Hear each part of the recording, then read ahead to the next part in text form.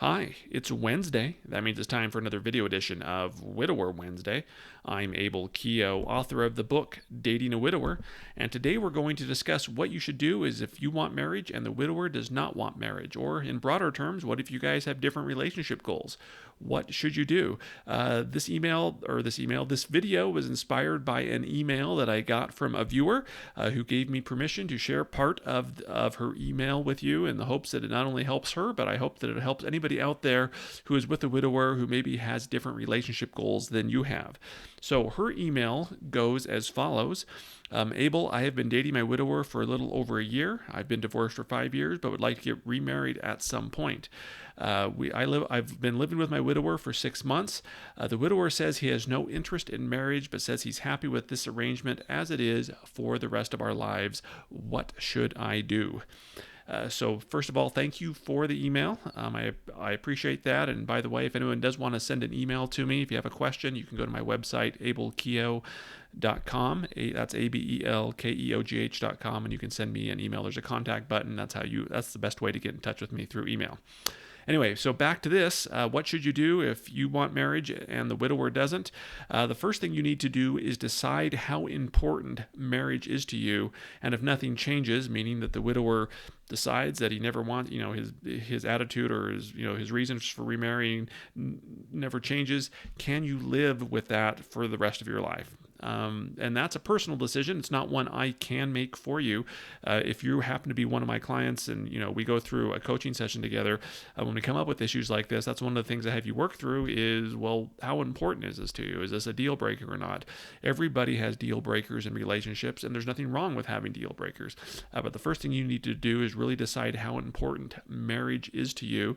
And, if you can really see yourself spending 5, 10, 20 years with the rest of your life with this person, who doesn't want marriage. So that's the first step.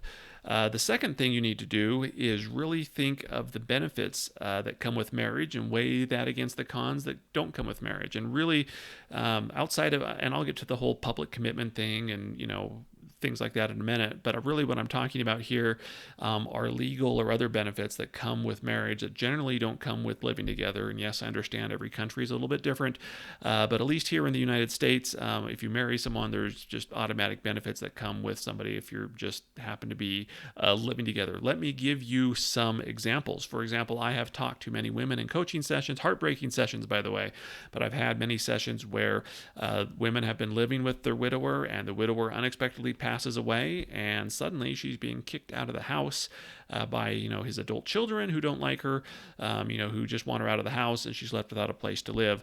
Often, and I don't know if this is the case in this specific email that I'm reading, but I don't so I don't know the specifics here. But generally, when women move in with the widower, they're the ones making a sacrifice. So, for example, they're selling their home. Maybe they have a longer commute or they're giving up their jobs. They're usually the ones that are sacrificing things in order to go live with a widower. And so my question to you is if he was to die tomorrow, are you protected? Have you put money into the house, for example? Are you able to get that money back?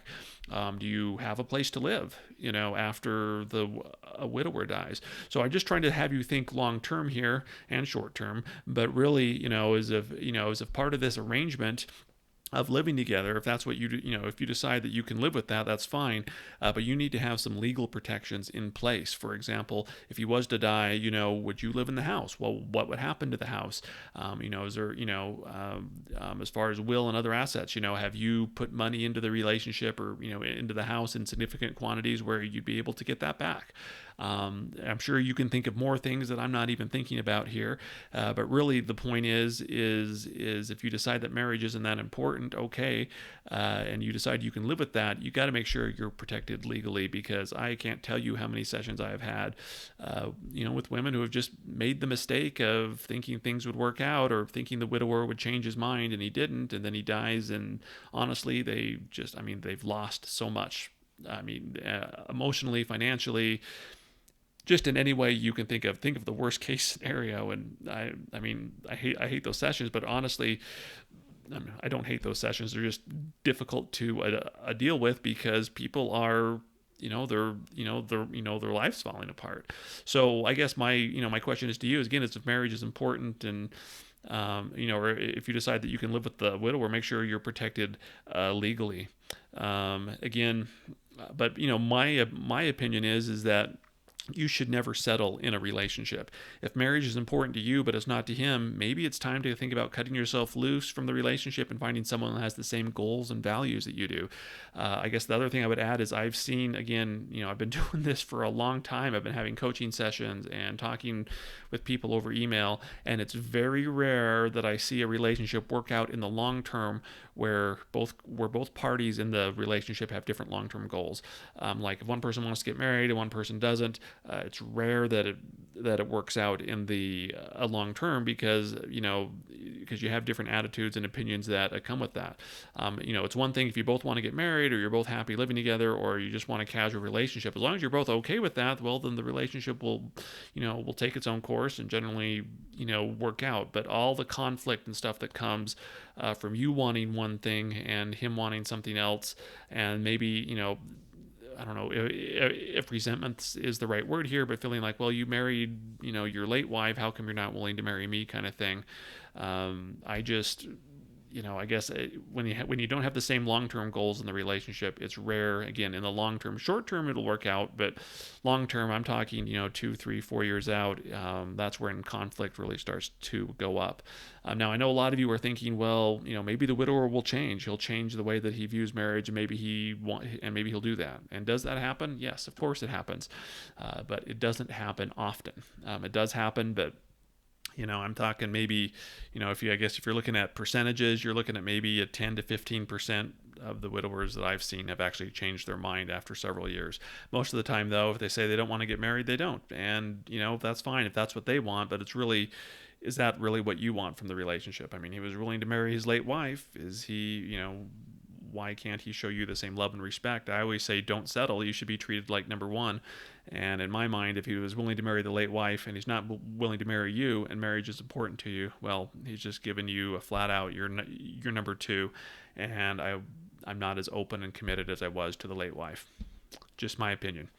Anyways, but whatever you do, please just, whatever you decide to do, if you do decide to stay with him, please make sure that you're somehow protected, because again, I can't tell you how heartbreaking it is to have sessions where the women are basically, where things just don't work out that way because they've gone in and they've settled for something that they don't want. Anyway, I hope this helps. I hope this helps not only the person that wrote that email, but I also hope it helps other people that are in a similar situation with the widower, especially, the long-term thing not working out. Feel free to leave your comments and stories below in the comment section. Like this video. If you want to schedule a session or anything, I have links in the description for that, links for my books if you think those will help as well.